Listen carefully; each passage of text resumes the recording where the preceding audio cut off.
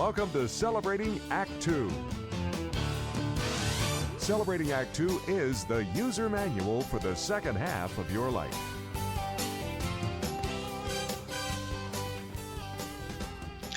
Hey, thanks for joining us again. As you can see by the names under our faces, I'm John Coleman, and this is Art Kirsch. We're the founders of Celebrating Act Two, and this is our Art. Is it vlog or Vlog. blog? Vlog. Vlog, like Vlog. Vladimir You're vlog. reminding Okay, me of the, vlog. what is it, Young Frankenstein with the Maheldum, or the Steve Martin movie, Maheldum, the Steve Martin movie, Man with Two Brains. Yeah, Yeah, vlog. yeah. It's a vlog. Anyway, welcome Mm. everybody. Good to see you again. Thank you for joining us. And Art, it's on you, buddy. On me, What's the a topic of the lot day? of What's the pressure. topic of the day? Well, we're actually taping this on a Monday morning, and I've Oh, just okay. come All in right. from seeing the news, and Governor I Andy. told you to stop watching the No, no, no, news. no, no. This is good news to an extent. Governor Andy Okay. was on, our calming Mayor Fiorello, who used to read the funnies on Sundays. Anyway, Yeah. Governor Andy was talking about New York State beginning to take some baby and some not so baby steps of reopening on Friday. So that's in That's addition to good. the 47 states that are in some degree of reopening already. And Yeah. what Is occurred it to up to me, 47 now? 47 Really? states, and The now, last time we talked, it was something like 20. right, We talked about, my recollection is was like 20 states were opening up. Now it's 47. right. That's pretty good. Now, uh, That means just California and what, Massachusetts or something, or are the only ones left not opening up? well, I'm going to give you a I whole don't. week to research that, okay, to find out Okay. who's doing what to whom, and I don't even, and we could talk about how many states are going to rescind a lot of that stuff when their infection counts go up, but forgetting about that for a moment, because at some point we are going to basically all be open to some degree on a regular basis. And we could Yes, talk we are. about that. But really, what struck me was that we're getting into reopening with some new normals. The phrase "new normal" is operative of like theaters. How many people are going to be allowed in that, and can we have sporting events with human beings, and all those kind of things. Right. So, but I think that the biggest news that will come out of all this stuff will be what the new normal is going to look like, perhaps until we get a vaccine widely dispersed in the next year, year and a half. So I don't think we're ever going to go back to crowded stadiums in any kind of short Oh, I term. think we will. Okay, I absolutely so think let's we discuss will. that Yeah. because so we have some thoughts on that. So and Nope, we'd there's also no like to discussion. I'm right. I'm right. You're wrong. End of and discussion. we'd like to We're going have back to. you and our audience tell us what you think the new normals are going to look like. But so anyway, John, since you are abnormally normal, what do you think the new normals are going to be right out the gate? Well, I'm going to argue with your premise that that there is a new normal because the No, new normal is going to change constantly. The more people get freedom, the more they're going to want more freedom. The more restaurants that open halfway, they're going to want to open up three quarters of the way. The more we open up a stadium halfway, the better chances are we're eventually going to have a stadium filled with people screaming again. It makes sense at this stage, since we still don't know a lot about the virus. We It makes sense to cautiously open up, particularly in those states. I could be wrong, but isn't it mostly the northeastern states that were hardest hit, yeah, and California? Actually, California's been pretty good because they instituted a um, lockdown early. control, a lockdown early. But the most dense states in the country, Well, I the think dense really, population. John, before we get to display too much of our expertise, I think the real issue is that both the East Coast and the West Coast are ports of entry, and California and New York are major ports of entry from either China and the Asian area as far as California goes. Yeah. So that's logical to see where it came from there. But also, New York was having visitors from Italy and Spain and all the other places that had Right. probably the worst coronavirus there. So that's why I think it's the coast kind of things that and the Well, Northeast. Yeah. that's probably the main reason, Hmm. and I'm glad you said New York. That's probably the Hey, yeah, main reason. you're talking to me, yeah? You're making fun of me? Yeah, Okay. but but it spreads. I mean, look um, if Oshkosh, Wisconsin, were the main port of entry, the spread would have been very, very slow because it's a small town of, I don't know, I'm making up a number, 50,000 Which is people. why it's not the port of You go to entry. New York, yeah, you go to New York, or to Boston, and you've got literally millions of people crushed in upon each Yeah, other true. in a relatively small area. Hmm. So it's both factors. I agree.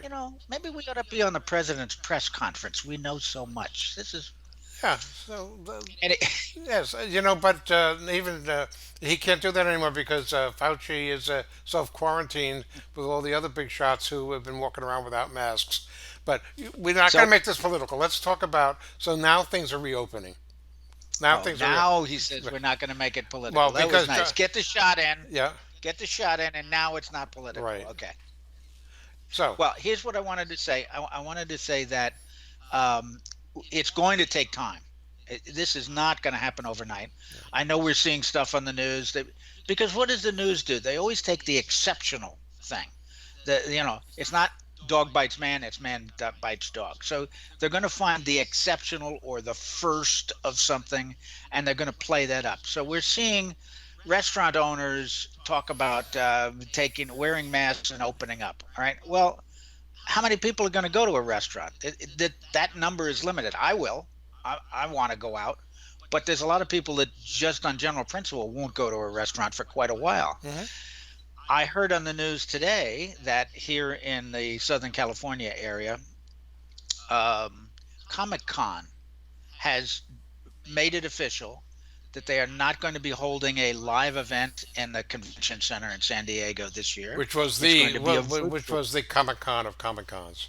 That That was was it. the mother of all mother, yeah. And so it's going to be a virtual Comic Con. Now it'll be interesting to see how they charge money for that and make it interesting, but that's another story. So because we're working so far ahead for big events, you mentioned stadiums filling up. We're They've got to work 3 months to 6 months ahead for large events. There, we're not going to see large events change significantly as they open up for quite a while. We're going to see the little stuff change. The grocery stores, the mom and pop restaurants, the cleaners, the dry cleaners, things like that.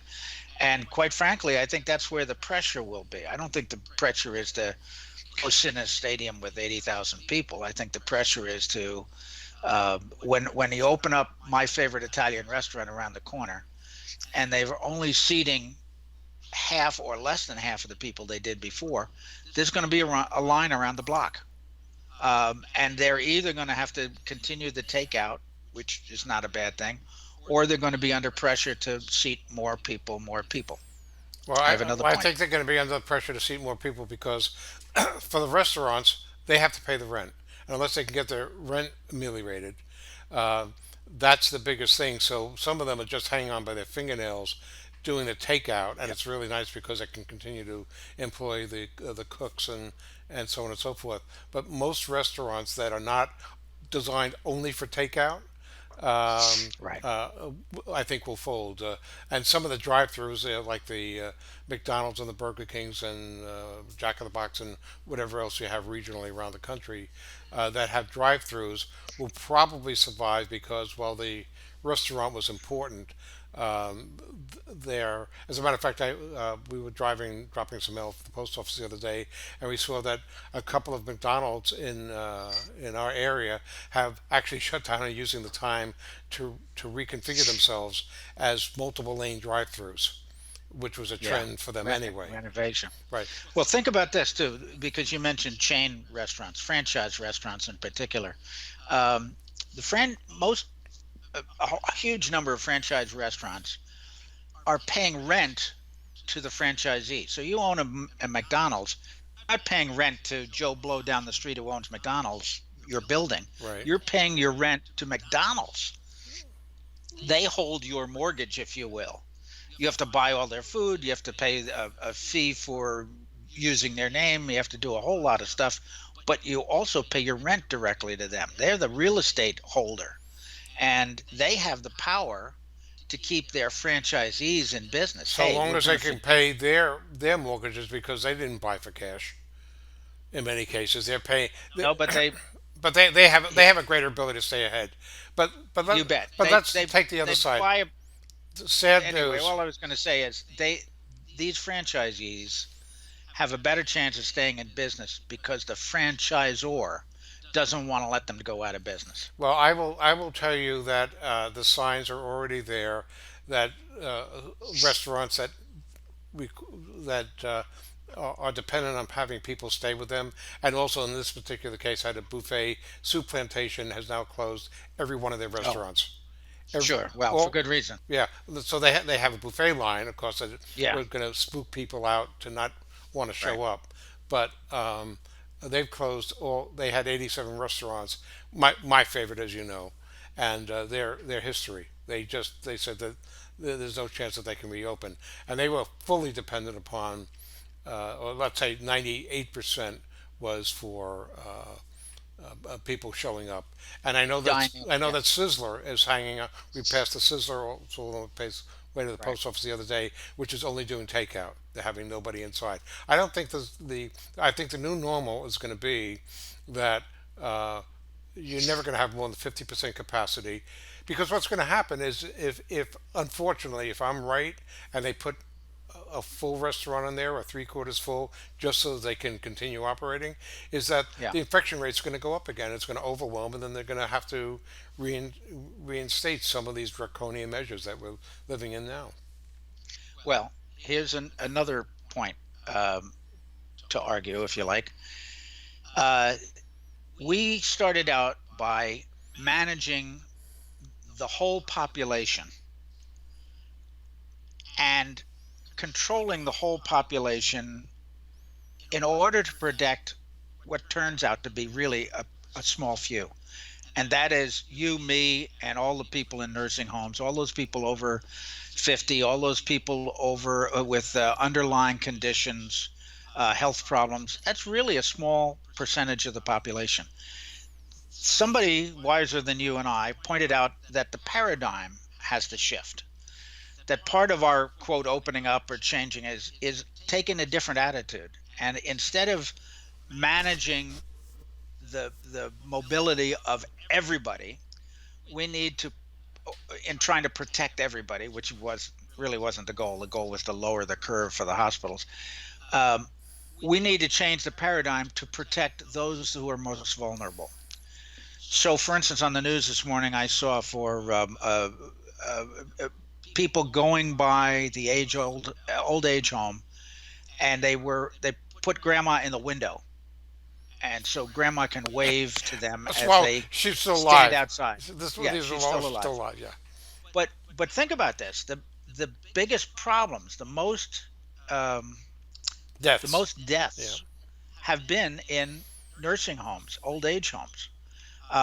And if I understand correctly, one of the mistakes that New York made early on is they issued some order that said nursing homes have to take sick patients. They have to take COVID-19 patients. Why? Because it's a nursing home and that's their job, and they can take care of them. Well, as it turns out, you bring a COVID-19 patient to a nursing home, and now everybody dies. So we know that the really vulnerable population, we know who they are, and we know that they could be protected differently than trying to manage the whole world, instead of shutting everything down, instead of shutting restaurants down, instead of shutting malls down. So I think the new normal is going to change significantly once A, people get their freedom and it starts getting back to normal, and B, we realize that uh, most of us, not maybe you and me, but most of the world can get this virus and not only survive it, but some don't even know they had it. Whereas the vulnerable group will really suffer tremendously and has a good chance of dying from it. So So that it's means not that like previous so viruses. under your brave new world, John, that means that when your kids and grandkids go out into the brave new world, and they become many of them will become carriers and not even know they have it. Uh, that the brave new world's going to have to say that you're going to have either little to no contact with them at all, because otherwise the likelihood is that we're going to get thousands, tens of thousands of more carriers are out around there who are going to inadvertently mix with the more vulnerable, many of whom are older, but there are lots of younger people who are dying, and they're finding out now that the kids, some kids may have a really terrible reaction to this as well. So what you're doing is you're saying the new normal will be folks like us will probably have to continue to be sequestered, or except for you because you go out with your mask and you're a tough guy, and you can when you see that virus you're right there with the virus. So the point is that I disagree with you. I understand your point of view, but I think what's gonna really tell the tale will be as we go out and do more things, whether it's 50% restaurants, whether it's stadiums with some crowds and so on and so forth, that if the infection rate spikes, which really is one of the things that distinguishes this particular strain of virus from the flu and pneumonia and lots of other things that people get in general, that this is so communicable just by being around people, and a lot of carriers don't even have any symptoms. That the new normal is that we're going to constantly be going up and down with people getting infected and carrying and giving it to people, and that's I just the way it is, I think we dude. will. Handle it. I think I I think it's inevitable that that would happen. Forget new normal, old normal. It's inevitable that will happen I because gotta look down and make uh, sure that oh yeah, we really are recording this. yeah, yeah. Okay, well then we're going to publish it, But and I, people are going to know, but okay, that Art is really dumb and stupid, or that John is really dumb and stupid, or that we're entertaining. So make or up that your own well, I don't mind. know how entertaining. But I wanted to point out that my new normal. I just love the way you Hmm. love the phrase "new normal." My new normal, my brave new world, is the same as the existing brave new world, right? Because you Hmm. and I wouldn't be doing anything different. We'd still be sequestered. And the difference is your kids would not have to be sequestered. Your kids, your family, your grandchildren who have to come over and wave to you from the curb would not be sequestered. They'd be allowed to go back to school. They'd be allowed to go to the and will the infection rate spike? It's going I got news for you. It's going to spike anyway. Well, so I want to do something non-COVID, and I want to pay respect to somebody who was one of the many great. Most of my great influences in my life have been comics: Steve Allen, Johnny Carson, Ernie Kovacs, and the Nairobi Trio, and on and on and on. Yeah. And you could name thousands. But we had a sad non-COVID related death today with Jerry Stiller. And Oh, really? yeah, Oh, Jerry Stiller died of natural causes, so they say. But I think for those that don't remember, Stiller and Mira on the Ed Sullivan Show and yep, great comics of that era sure. that many of our audience remember fondly, is that Yeah. he had a resurgence in the on the Steinfeld show, where he played Costanza's father, Right. and Right. he's the one who invented Festivus. So, He so I so raised my coffee cup. today is Festivus Day. Well, every day is Here's the here's to Jerry Jerry Stiller. Stiller and the rest of Festivus us. for the rest of us. Yes. For more on Celebrating Act Two, visit our webpage, follow us on Facebook, subscribe to us on YouTube, and tell your friends. Celebrating Act Two is the user manual for the second half of your life.